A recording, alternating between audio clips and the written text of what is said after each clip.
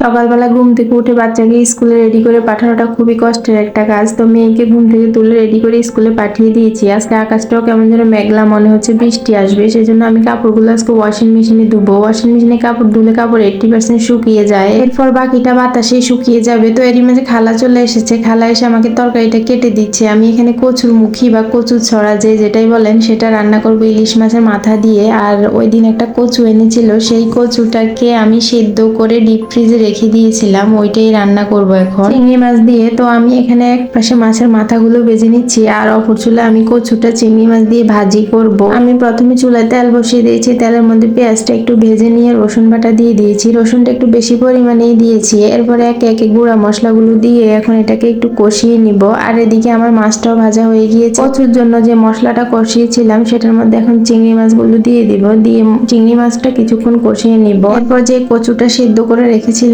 সেটা দিয়ে দিব। আর এদিকে আমি তরকারির জন্য মশলাটা কষিয়ে নিচ্ছি। আমি এখানে পেঁয়াজ ভেজে নিয়েছি, এরপরে আদা বাটা রসুন বাটা দিয়ে দিয়েছি।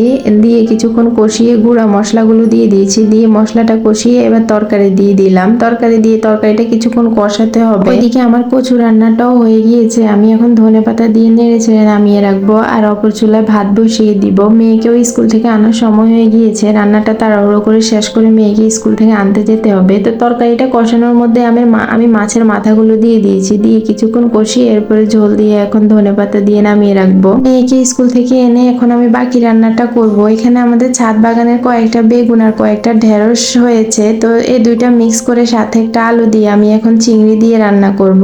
অল্প একটু তরকারি, তাই ভাবলাম কি করা যায়, পরে চিন্তা করলাম চিংড়ি দিয়ে রান্না করে ফেলি। তো সেজন্য আমি পেঁয়াজটা ভেজে নিয়েছি। এরপরে একে একে শুকনা মশলাগুলো দিয়ে দিলাম। রান্না বান্না এগুলো আসলে দেখানোর কিছুই নেই, সবাই এগুলো পারে। আমি এত ভালো রাঁধুনি না, আমার থেকে আরো অনেক ভালো ভালো রাঁধুনি আছে। তো যাই হোক, তরকারিটাও আমার প্রায় রান্না করা হয়ে গিয়েছে। রান্না শেষ করে আমি এখন ধনেপাতা দিয়ে তরকারিটা নামিয়ে রাখবো। নামিয়ে রেখে এবার আমি চুলাটা মুছে ফেলবো। রান্না করে সাথে সাথে চুলাটা মুছে ফেললে চুলায় আর দাগ পড়ে না, আর তেলাপোকাও হাঁটাহাঁটি করতে পারে না। তো এটা হচ্ছে বিকেল বেলা, ভাবলাম একটু ফ্রোজেন সমোসা সিঙ্গারা ভেজে নেই। আমি সিঙ্গারা সমোসা সবসময় একটু বেশি পরিমাণে বানিয়ে ফ্রোজেন করে রেখে দেই। ফ্রোজেন করে রেখে দিলে দেখা যায় যে যখন ইচ্ছা তখনই ভেজে খাওয়া যায়, বা হুটহাট কোনো মেহমান আসলে ভেজে দেওয়া যায়। বারে বারে বানানোর কষ্ট থেকে একদিন একটু কষ্ট করে বেশি পরিমাণে বানিয়ে রাখলে পরে আরাম করে খাওয়া যায়। তো যাই হোক, আমি এখানে সমোসা ভেজে নিচ্ছি আর অপর চুলায় চা বসিয়ে দিয়েছি। তো আমার সমোসাগুলো ভাজা হয়ে গিয়েছে, আমি এখন তুলে রাখছি। ফ্রোজেন সমোসা সবসময় একটু লো হিটে সময় নিয়ে ভাজতে হয়, তা না হলে ভেতরটা